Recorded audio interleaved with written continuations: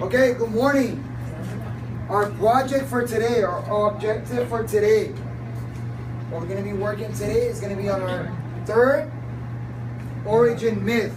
In this case, the Navajo origin legend. Okay, so there's a couple of things that I want to get out of the way so you guys can know. And the tribe that we're going to be talking about is the tribe called the Navajo. Very important to have it written down. The Navajo was at the moment the largest tribe or group in the United States. It is the largest tribe or group in the United States.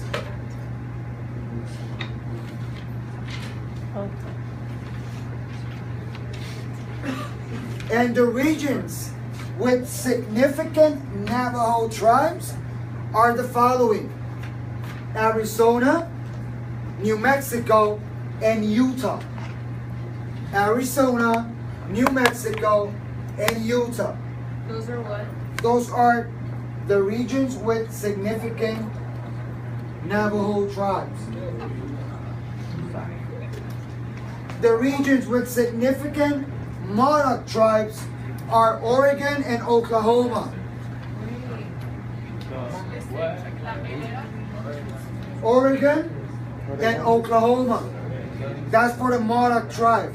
Those are Monarch significant what? regions where they are. Oregon and Oklahoma. Monarch. And the Onondaga, that's the one from the turtle, that's New York.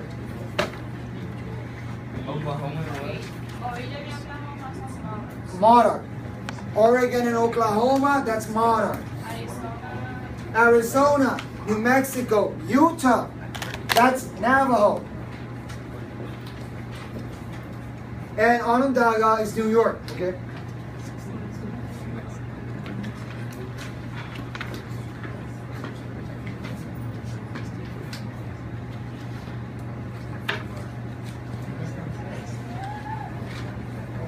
Paula, you read. On the morning of the 12th day, the people washed themselves well. The women dried themselves with yellow cornmeal, the men with white cornmeal. Soon after the ablutions were completed, they heard that distant call of the approaching God. Okay, number one, we need to get a word out of the way. That word is ablutions. Ablutions is a synonym or the same as washing yourself, okay? When you wash yourself, that's the same as ablutions, okay? Remember that at the beginning it tells you, though, on the morning of the 12th day, the people washed themselves well. That word wash, you can substitute it for ablutions. It's the same thing, okay? That's why later it tells you, soon after the ablutions were completed, after the washing themselves was completed, they heard a distant call of the approaching gods. So who was approaching? The gods. The gods. What is similar about the three origin myths that we have read? They all have gods. They all have gods. Very good. Okay? It has a big part. You have the origin myth.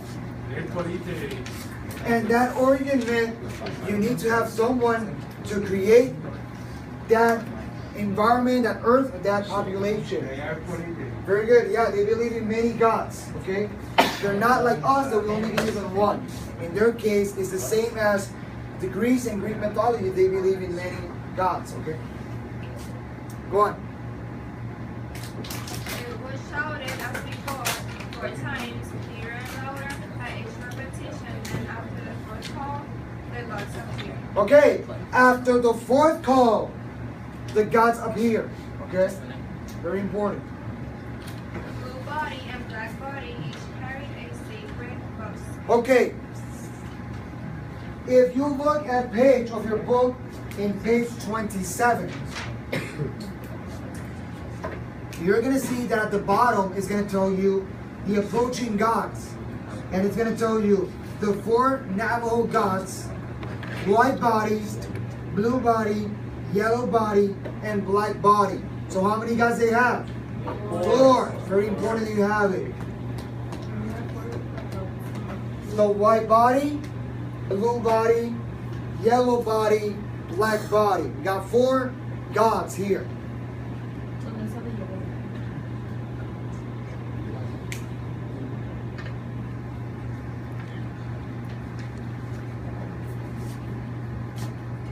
And buckskins.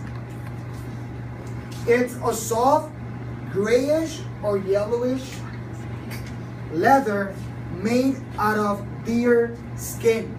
So that leather is made out of the deer skin. So the animal, the deer, is very important for the Navajo. The deer as an animal is very important for the Navajo. The corn that comes out of the agriculture, it is very important also for the Navajo tribe. So we have 2 things, the corn and the deer are very important for these Navajos. You repeat the buckskin? The buckskin is a soft, grayish leather made out of deer skin. Deer, D-E-E-R. You're gonna see in the first page the pictures of right there the corn, okay?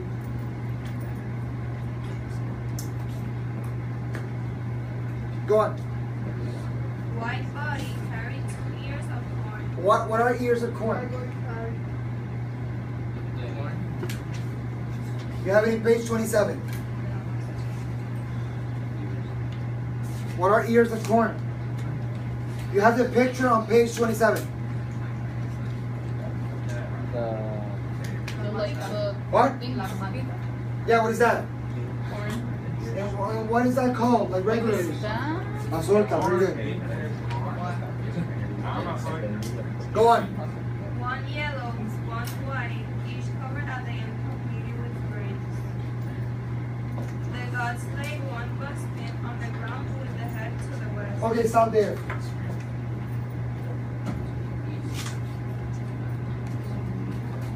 Let's imagine that this is a buckskin. And I'm gonna head it with the head. And let's imagine that this side is the west and this side is the east. Okay? So the head is gonna go to what place?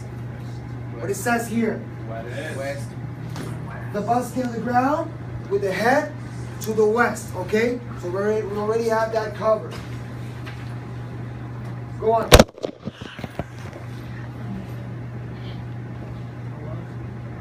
On this place, the 2 ears of corn, with their tips to the east. Okay.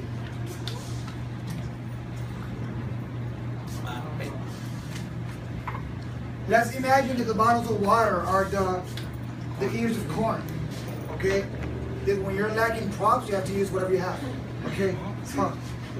So what? Can you read that again? On this place, with their tips to the east. Okay. Let's say that the tips are going to go to what way? East. To over here. Why not? That's Very good. That's the west. So I'm going to place in here. To the east. Okay? Go on. And over the corn, they spread the other buckskin with his head to the east. Okay. Can anybody lend me a jacket? A jacket. A jacket, real quick. Okay.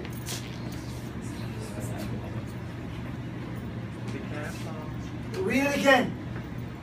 They spread the other buckskin with its head to the east. Where I'm going to place the head? Over here. No. What happened with the ears They were of covered. corn? They were covered, okay?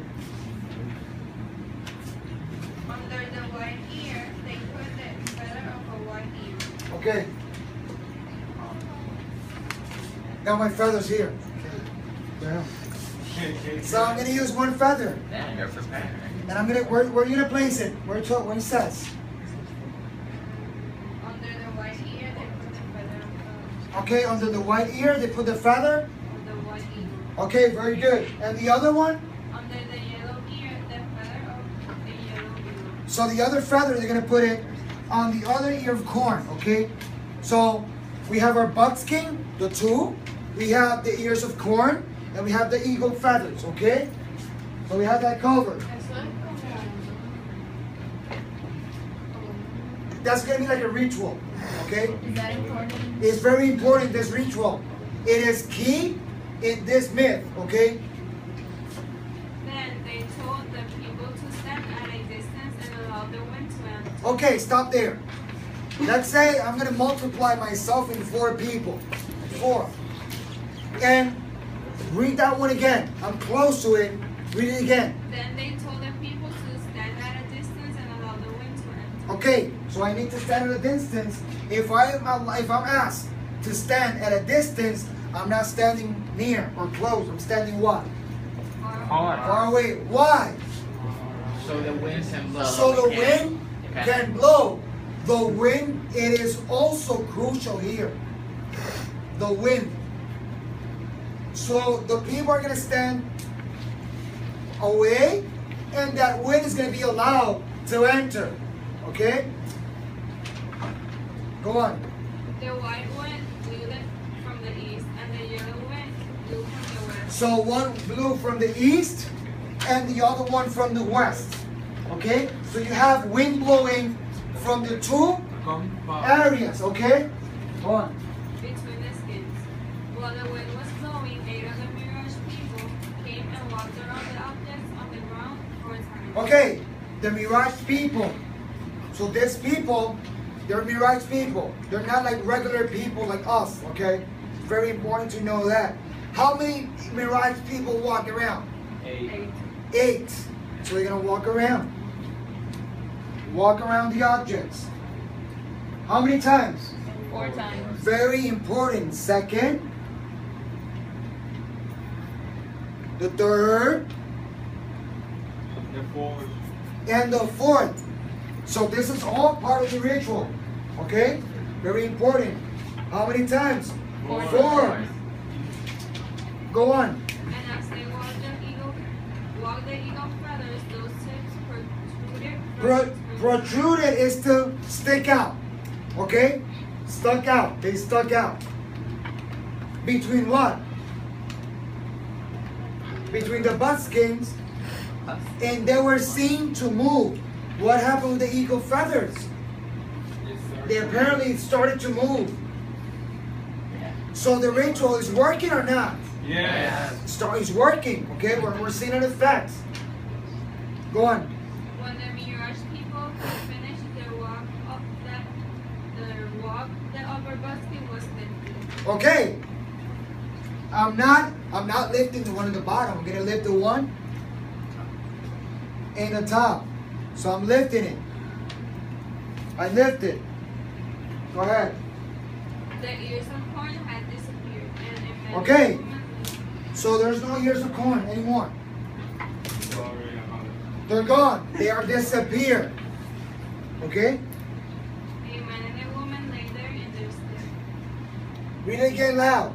A man and a woman lay there in their stead. A man and a woman. Very important. Go on. The white ear of corn had been changed into a man, the yellow ear into a woman. It was the wind that gave them life. So why the wind is crucial here? So It gave them life. The wind was what gave them life. That's what I'm telling you. Wind is very important here. So the wind is going to give life to that first man and woman. Okay, go on. It is the wind that comes out of our mouths now that gives us life. When this ceases to blow, we die. Okay, this line, it is crucial for you guys to know it. It was the wind that gave them life. It is the wind that comes out of our mouths now that gives us life. When this cease to blow, we die. When what ceases or stops to blow? Our breath. The wind, our breath. In this case, we're not talking about it literal. We're talking about our breath, okay? When we don't have that last breath, we're dead, we die, okay? Go on. In the skin of the tips of our fingers, we see the trail of the wind. It shows us where the wind blew when our ancestors were created. The pair thus created were first man and first woman. Very important, the first man and the first woman. Okay? Go on. At sea has and at sea is it's the gods directed the people to build an enclosure. An enclosure is like an area sealed, like for them to live, okay? And the brushwood is like branches that have been cut or broken. So they're gonna seal it with branches, okay? Enclosure of brushwood for the pair. When the enclosure was finished, first man and first woman entered. Okay, so once it was done, once that place for them to live was done, then they were able to go to that place and they were able to enter. And what did God say? Crucial here. Live together as husband and wife. So that will be our first couple, our first male and female. Okay? Very important. If as a human being, if you die,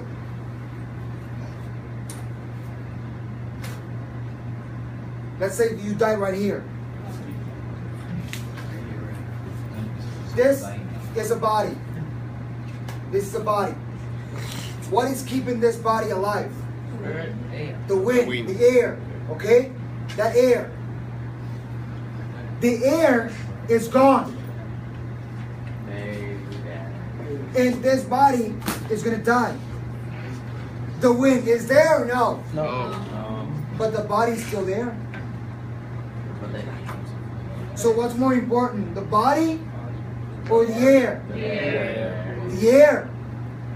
So a lot of us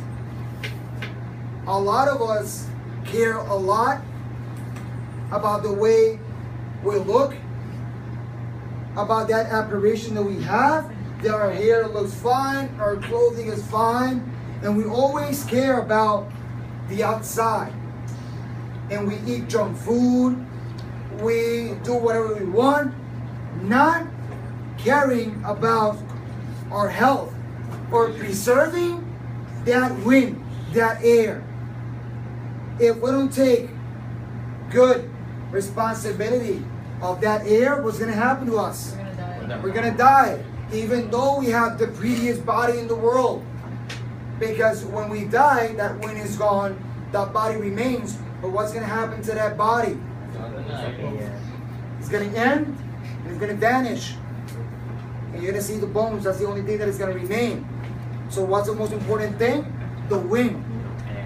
What happened? And it's very important. And it's fascinating about science, fascinating about the human body and all of that. How many months you are in the womb of your mother? 9. And how you're living in the darkness there. With fluids right there. And the thing is that you don't die inside your mother's womb. And you're inside fluids. Are you able to live? But when Yes. Yes. die, But what happens? What happens when you come out to the open world? Are you able to live in that fluid? And what happens if I take you and put you in a fluid right there? You die. Why you die? Because you don't have the air. So it's amazing how you can live inside your mother's womb in that fluid, and when you come out, you're not able to live in the fluid anymore because now you need the air because that's what you breathe. you're gonna die. No, it's true. But you die because of other complications, okay? But your body, your mother's body and your body is accustomed for you to be there. That's what it's for. And once you are born, you come out, you get to the air, and you're not able to live in the same conditions that you live in the womb. You can't. So it's just fascinating the way their human body just it is. It's fascinating. Okay, how many guys did I say that they were? 4. Okay? There's 2 things here that I said that was very important. Number 1, the wind. is very important. The wind, it represents their life. Wind is a source of life. And the corn and the deer are very crucial also because they are used for them to sustain themselves. Either to eat, to move, or in this case the buckskin, like from the cold temperature. So they're used to survive. And it's very, the buckskin and also the corn to eat it. It's very important how the three tribes, Onondaga, the Moro, and the Navajo, they value nature, and nature is so important for these tribes. It's crucial for them. Okay?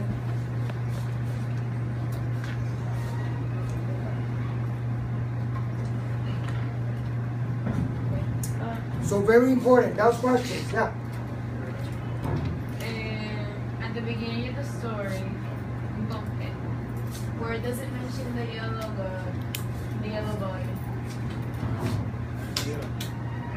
It's in the book now. No, they mention it in the bottom of your book. Not in The approaching gods.